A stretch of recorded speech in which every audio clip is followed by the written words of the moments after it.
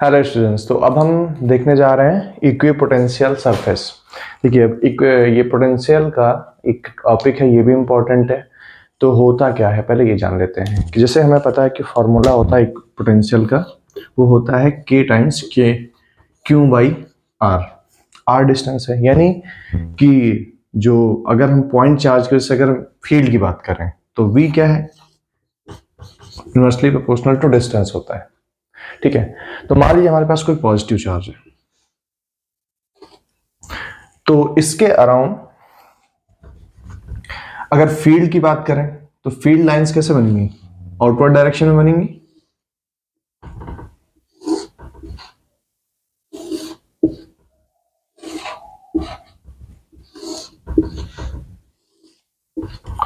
ये field lines है। अब हम अगर बात करें पोटेंशियल की, तो पोटेंशियल अगर आर पॉइंट पे देखें, मतलब कुछ डिस्टेंस आर मान लीजिए यहां पे, तो वही पोटेंशियल यहां पे होगा। अगर ये डिस्टेंस आर है यहां तक, तो ये डिस्टेंस यहां भी होगी। तो अगर हम इसको आगे कंटिन्यू करते चले जाएं तो हमें ऐसा कुछ एक चार्ज के अराउंड एक स्फीयर मिल जाएगा, जो कि अगर देखा जाए तो ये जो फील्ड लाइंस हैं इसके जस्ट परपेंडिकुलर है। क्या है? परपेंडिकुलर है। ये ऐसे हर लाइन पे ये परपेंडिकुलर होगा, चाहे जितनी फील्ड लाइंस हो। रीजन क्या है कि पोटेंशियल जो डिस्टेंस का, तो इस वाले चार्ज के से जो डिस्टेंस आर यहां पे होगी वही आर यहां पे होगा और ये आर पे। अब वैल्यू अगर चेंज भी करा लें तो एक हमें दूसरा ऐसे स्फीयर मिल जाएगा, ऐसे एक और अगर डिस्टेंस कम कराते हैं तो एक ऐसा मिल जाएगा सरफेस, और थोड़ा बढ़ाएं तो हमें कुछ ऐसे मिल जाएगा। ठीक है, तो अब हो क्या रहा है, आप चाहे इसी अगर इस सरफेस को चुन लिया जाए, ये पहली सरफेस को, तो आप चाहे यहां पे रहें, चाहे यहां पे रहें, चाहे यहां पे देखें, चाहे यहां पे देखें, पोटेंशियल सेम मिलेगा। क्यों? क्योंकि चार्ज वही है और डिस्टेंस क्या चार्ज से सेम है। तो ये जो सरफेस आपको जो डॉटेड लाइंस ब्लू लाइन से दिख रही है, ये इक्विपोटेंशियल सरफेस कहलाती है। अब इसको नाम ही है इक्विपोटेंशियल सरफेस, यानी surface at which the potential is equal at every point. अगर इसको हम डेफिनेशन बात करें, the surface at which potential is same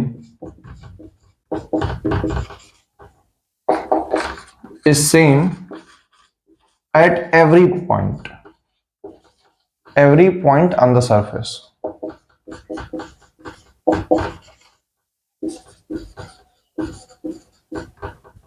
ठीक है, इससे आपसे डायग्राम भी पूछा जाता है, न्यूमेरिकल भी पूछा जाता है और कंसेप्ट भी इंपॉर्टेंट है। तो पहले कंसेप्ट उम्मीद है करते हैं ये आपको समझ में आया होगा। V इक्वल्स टू KQ/R है, चूंकि डिस्टेंस के इनवर्सली प्रोपोर्शनल और सिंगल चार्ज है। तो इस डिस्टेंस के अराउंड हम अगर देखें ना, जैसे हम कोई जब सर्किल खींचना होता तो क्या करते हैं कि जैसे मान लीजिए कोई थ्रेड लिया, ठीक है, जब थ्रेड लेते हैं तो ये रेडियस R है, तो एक ऐसा पूरा सर्किल बन जाता है। तो रेडियस क्या होती है, हर जगह सेम रहती है। तो सर्किल की रेडियस किससे है, तो क्या मतलब सर्किल एक प्रॉपर परफेक्ट एक सर्किल बन जाता है। ऐसे ही पोटेंशियल के केस में होता है, अगर फिक्स डिस्टेंस पे देखेंगे तो उसके अराउंड। लेकिन अगर हम इलेक्ट्रिक फील्ड के टर्म में देखें तो इलेक्ट्रिक फील्ड के परपेंडिकुलर है, यानी कि हम ऐसे भी कह सकते हैं कि इलेक्ट्रिक फील्ड के परपेंडिकुलर जो है पोटेंशियल हो जाता है, कांस्टेंट हो जाता है। रीजन क्या है कि ये फील्ड लाइन है, इसके परपेंडिकुलर लाइन है, ये फील्ड लाइन है, ये भी इसके परपेंडिकुलर लाइन है। तो इस फील्ड के अराउंड कहीं भी आप जाएंगे परपेंडिकुलर डायरेक्शन, आपको सेम पोटेंशियल मिलेगा। तो ये इक्विपोटेंशियल सरफेस हो गया। अब हम बनाने जा रहे हैं कि पॉइंट चार्ज की वजह से क्या होगा, डाइपोल की वजह से क्या होगा, सेम चार्जेस की वजह से। तो पॉइंट चार्जेस की वजह से तो ये हो गया, तो इक्विपोटेंशियल सरफेस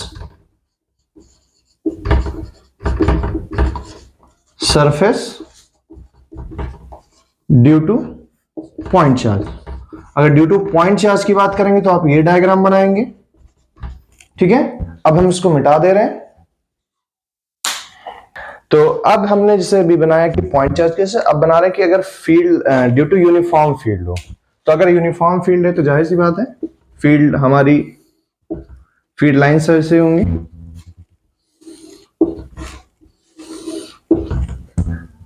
ये फील्ड लाइंस हैं। अब हमें इक्विपोटेंशियल सरफेस बनाना है इसके, तो क्या होगा, जैसे कोई लाइंस जा रही है तो उसके परपेंडिकुलर सरफेस होगा, तो हम 3D में मान के चलते अगर सीधी लाइन खींच दें, क्योंकि हम 3D की बात कर रहे हैं,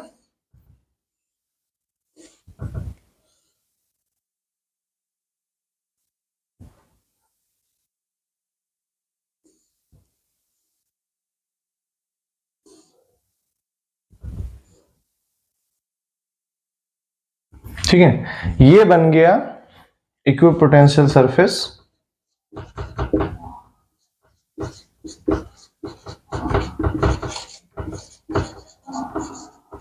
सरफेस इन यूनिफॉर्म फील्ड।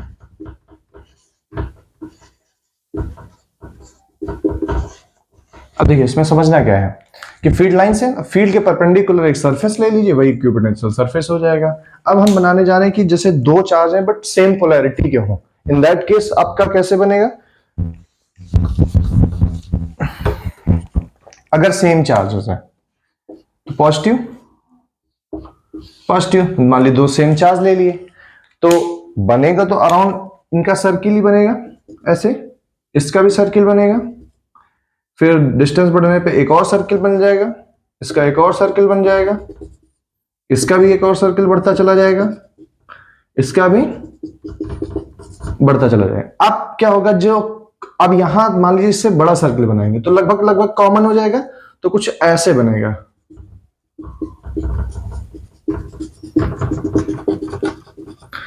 ये क्या है, इक्विपोटेंशियल सरफेस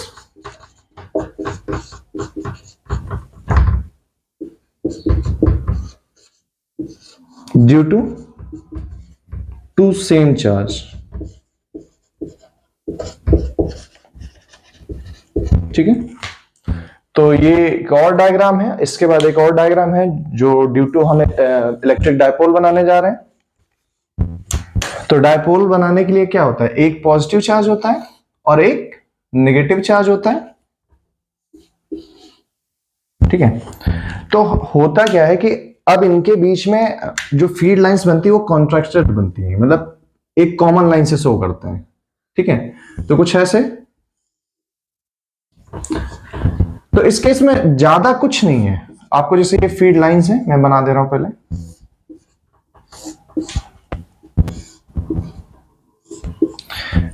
नॉर्मल ही बनेगा जैसे आप बनाते चले आ रहे हैं,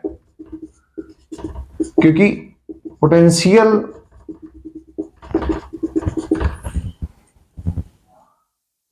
ये, तो अगर डायपोल की वजह से आपको बनाना है तो ऐसा बनेगा बिल्कुल। ये क्या हो गया, इक्विपोटेंशियल सरफेस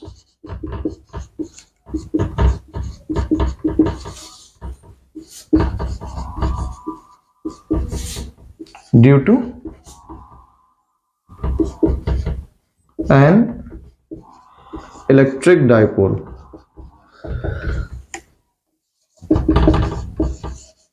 ठीक है।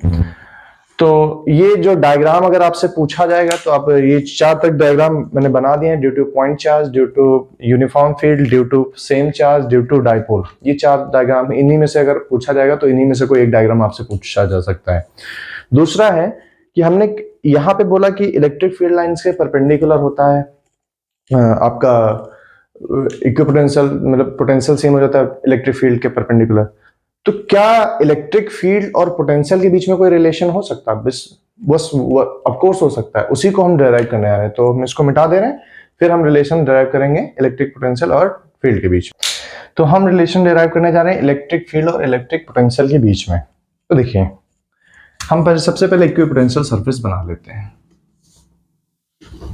ऐसे। ये मान लीजिए आपका इलेक्ट्रिक पोटेंशियल है, ये फील्ड लाइंस जो इसके परपेंडिकुलर जा रही हैं। तो सबसे पहले हम अगर कोई चार्ज मान लीजिए यहां पे, ठीक है, उसको इस वाली पोटेंशियल से यहां तक हमें ले जाना है। अगर मान लो ये एंगल इसका थीटा बन रहा है, तो मान लो ये P पॉइंट से उसको Q पॉइंट पे ले जा रहे हैं, ये मान लो ये ds है। तो अकॉर्डिंग टू पोटेंशियल हमारा क्या होता है, वर्क डन W/Q0 होता है। तो वर्क डन क्या हो जाएगा, v इंटू क्यू नॉट हो जाएगा, क्योंकि क्यू नॉट वो पॉजिटिव टेस्ट चार्ज है। बट चूंकि अगेंस्ट द फील्ड हम काम कर रहे हैं, फील्ड के अगेंस्ट में काम कर रहे हैं, तो यहां पे for moving a test charge from one equipotential surface to other equipotential surface is equal to minus में क्यू नॉट वी हो जाएगा। अब ये फील्ड के टर्म में लिख लें, तो फील्ड के टर्म में अगर ये पोटेंशियल के टर्म में वर्क डन हो गया आपका, now in terms of field, तो फील्ड वर्क डन क्या होता है, वर्क डन हमारा हो जाएगा फोर्स इंटू डिस्प्लेसमेंट, डिस्प्लेसमेंट और फोर्स कितना होता है, चार्ज क्यू नॉट को ले जा रहे हैं तो Q into E, Q naught into E, ये आपका होता है फोर्स। अच्छा, यहां पे जानने के ये फॉर्मूला कैसे आता है, इलेक्ट्रिक फील्ड क्या होता है, एफ बाई क्यू नॉट होता है, तो यहां से फोर्स क्या हो जाएगा, क्यू नॉट ई हो जाएगा, तो हमने ये टर्म यहां पे यूज करा है, तो डब्ल्यू इक्वल टू क्या हो जाएगा, Q naught E D S cos theta. चूंकि Q dot ds f dot ds होता है ना वर्क डन, तो इसका डॉट प्रोडक्ट का a डॉट b क्या होता है, ab cos थीटा होता है। अब ये हमारे मान लो ये इक्वेशन 1 है और ये इक्वेशन 2 है, तो फ्रॉम 1 एंड 2 देखिए w दोनों ही है तो सेम है, तो क्या करेंगे, दोनों को इक्वेट कर देंगे, तो हमें मिल जाएगा minus Q naught v is equal to Q naught e ds cos theta. तो ये हमारा फॉर्मूला फाइनली क्या बन जाएगा, क्यू नॉट कैंसिल हो जाएगा, तो हमारे पास जो E का फॉर्मूला बनेगा E cos थीटा वो बनेगा माइनस V अपान ds। और एक्चुअली ये V है क्या, यहां पे V जो है पोटेंशियल डिफरेंस है, यानी एक पोटेंशियल सरफेस से दूसरे इक्विपोटेंशियल सरफेस का जो डिफरेंस है, तो हम इसको dV लेके चल रहे हैं, ठीक है। तो यहां पे हम इसको V इक्वल्स टू dV लिख सकते हैं, तो ये फाइनल, और चूंकि हमारा जो डिस्प्लेसमेंट हो रहा है cos थीटा क्या है, उसी के उसमें डायरेक्शन है, कोसाइन डिस्प्लेसमेंट अगर in the direction of field हो रहा है तो थीटा की वैल्यू हो जाएगी 0। तो फाइनल हमारे फॉर्मूला क्या मिला, equals to minus del V by del S, ये फाइनल फॉर्मूला क्या हो जाता है। तो आप नॉर्मली जो आप कई बार न्यूमेरिकल में यूज करते हैं E equals to V upon D, वो फॉर्मूला यहीं से आता है, ठीक है। तो इलेक्ट्रिक फील्ड हमारा कैसे रिलेटेड है, DV minus DV by D S, और कैसे आता है वो डिस्टेंस, और डिस्टेंस है क्या, ये वही डिस्टेंस है दो इक्विपोटेंशियल सरफेस के बीच का होता है, ठीक है। तो इसको मिटा देते हैं, फिर इसमें वेक्टर टर्म में बता दे रहा हूं, ठीक है। तो यहां पे बेटा जो Q naught E D S cos theta था, तो कॉस थीटा देखो अगर इसी डायरेक्शन में है तो मतलब जैसे ये तो परपेंडिकुलर डिस्टेंस होगा, लेकिन अगर मूवमेंट इधर हो तो कॉस थीटा के इधर टर्म में अगर इधर से इधर जा रहे हैं तो पैरेलल टू लाइन हो जाएगा और थीटा की वैल्यू 0 हो जाएगी, तो कॉस 0 की वैल्यू 1 होती है, ठीक है। अब अगर मान लो इलेक्ट्रिक फील्ड आपका ऐसा गिवन है, जो कि मैक्सिमम टाइम आपसे क्वेश्चन आता है और इसी में बच्चे कंफ्यूज होते हैं वेक्टर के टर्म में, तो ई एक्स आई कैप और ई वाई जे कैप और आपका ई जेड जेड लिखना है के कैप। तो अब इलेक्ट्रिक फील्ड और पोटेंशियल के टर्म में कैसे लिखा जा सकता है, तो ऐसे लिख सकते हैं इसको, माइनस कॉमन हो जाएगा, तो del V by del X I cap plus del V by del Y J cap plus del V by del Z के कैप। तो ये आपका रिलेशन हो जाता है वेक्टर के टर्म में। तो दैट्स ऑल, इक्विपोटेंशियल सरफेस में इतना ही रखते हैं, और फिर जो है देखते हैं नेक्स्ट क्लास में पोटेंशियल एनर्जी के बारे में। Okay, thank you.